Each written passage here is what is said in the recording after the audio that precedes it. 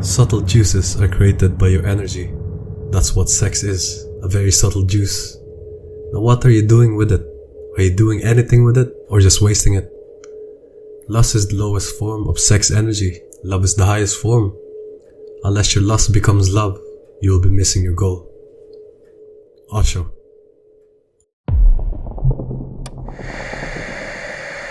Learning how to harness your sexual energy and being aware of your lustful desires, to the extent of accepting them, can be a difficult task for many. Not many people are aware of their internal world and how to manage their energies that usually leads to sexual frustrations later on in life. But Osho, one of the greatest spiritual leaders to have lived, he knew how to change the poison of lust into the nectars of love. This video summarizes one of the teachings of Osho in 1976, From Lust to Love.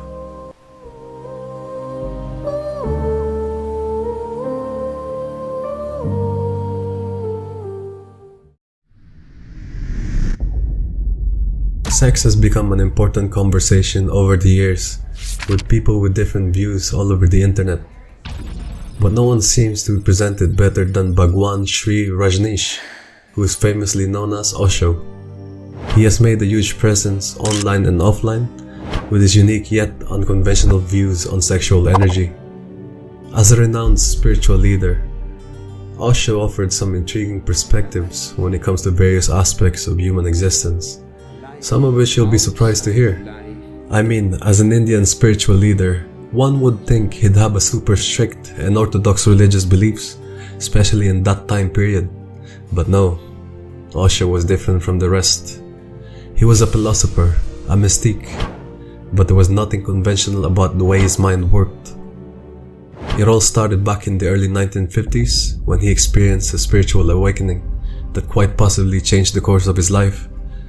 At just the age of 21, Osho left behind the world of academy and set foot to travel across India as a vocal critic of organized religion. Unlike what you'd expect, his views on spirituality were pretty different from the other gurus of his time. While most gurus preached the orthodoxy of mainstream religion, the usual religious beliefs, Osho rejected all traditional ideologies and focused more on connecting with one's inner core and sexual energy. He famously stated, "Sexual energy is raw energy. It has to be transformed. And through transformation, there is transcendence. Rather than transforming it, religions have been repressing it. And if you repress it, the natural outcome is a perverted human being. He becomes obsessed with sex." He is basically stating that the more you try to confine yourself, the worse it will get. As I said in the previous video, suppression of the sexual energy causes a blockage in our lower chakra. This is the discomfort and agonizing feeling we get when we are per se sexually frustrated. This is that lustful feeling we get when we do not transmute this creative force that we accumulate on semen retention. This energy will seek the usual outlet, which is outwards through the orgasm and ejaculation. Osho has a similar theory in this regard as he says, "Lust is the same energy as love. The difference is only of direction. Lust moves downwards. Love has started the uphill task. Lust is like roots of a tree. Love is like wings of a bird. But the energy is the same. All energy is the same. Energy as such is neutral. Unless you become conscious about it, you cannot be creative. And the downward movement is very destructive. You're simply dissipating or destroying yourself. You're not getting any benefits from it." So how do we revert the sexual energy to go upwards? Well, Osho suggested that we need to apply heat, quite similar to how water evaporates. This way, the energy of the semen will rise upwards. After a certain temperature is reached, it starts rising to the heavens. A conversion has happened. This is quite similar to the alchemical transmutation of lead into gold, as described in our previous video. When we practice semen retention, we generate lead, which is the lowest form of metal, such as lust is the lowest form of our sexual energy. But love on the other hand is the highest. Love is an equal value to gold. But in our modern society, the majority of people are unconscious of their internal worlds and the function of their sexual energy. He told us another key point when it comes to transmuting lust into love. And he says, man is unconscious. You go on doing things not knowing why. What we are doing with our life is just sleeping through it. Consciousness has to be evolved. The more consciousness you have, the more energy starts to flow upwards on its own accord. Consciousness is the clue, the key, the master key. Lust becomes love through consciousness. So love cannot be an unconscious thing. So how do we develop more consciousness? Well, as far as Osho believed, the first step was to in fact avoid feeding the poison of lust. He knew that the orgasm leads to more bondage of lust. Osho encouraged people to explore beyond the feelings of temporary pleasures, as he knew that lust had plagued the world and stopped people from connecting with their higher spirit. Or we can say that lust has blocked us from connecting to our higher chakras. Throughout his life, Osho did not repress sexual energy. He actually viewed sexual energy as a level of spirituality. That the more sexual energy that a person has, the more spiritual he is, as he knew that one's sexual energy was intertwined with the creative force of God. He teaches us a very simple observation technique when one is experiencing lust.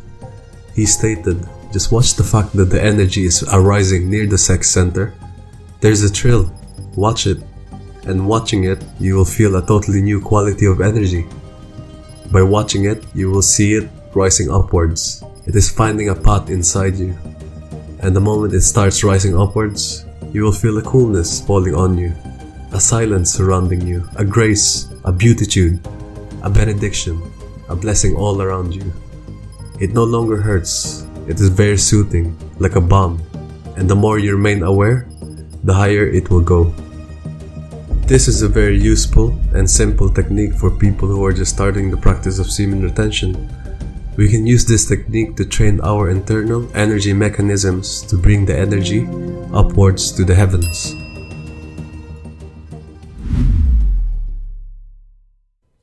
Osho preached time and time again on this theory. In the same way, the more you meditate, the less sex will have an appeal to you. And little by little, spontaneously, without the conscious effort to sublimate sex, this energy will have a new source to flow to. This is what he meant when he said to apply heat. Pranayama meditation applies the right amount of heat for the sexual energy to be transformed. The same energy that has flowed through sex will now flow through meditation. And when it flows through meditation, the divine door is being opened. As I talked about earlier, one's true spirit is only unlocked when one starts harnessing their sexual energy, and Osho often argued that suppressing natural sexual urges wasn't very smart either. You see, it could lead to inner conflicts and psychological issues, flooding one's judgment, and that might make individuals too overwhelmed to function. This is exactly why embracing one's sexual nature was the answer, and why semen retention is not suppression, but the conscious transmutation of the sexual energy to fuel our God-given ability to love. It is the fuel that gives us the courage to love others without expecting anything back. It is the fuel that allows us to express ourselves, to speak our truth. It is the fuel that encourages us to click the like button and subscribe to the channel. In our society, there's a lot of shame tied to feeling sexual. Even in this modern day, people are ashamed for viewing themselves as a sexual human being. It is simply frowned upon, and this is exactly what Osho wanted to eliminate. When we are practicing semen retention, we should take time to think about Osho's teachings on the practice. We must remember that he puts emphasis on meditation, awareness, and most of all, a conscious approach to sexual energy or sexuality, which allows us to transcend our lower natures and gets rid of any shame. Because you see, our bodies create subtle vibrations, and instead of pushing them back at the back of our minds, we need to be aware of them. We need to convert lust into love. And once the conversion has happened, the person becomes the center of attraction. He or she is now vibrating in the frequency of love, which is the most beautiful thing that one can experience in life, is it not? We will then start creating and attracting beautiful situations and people to our lives. This is Osho's way of changing the poison of lust into the nectars of love.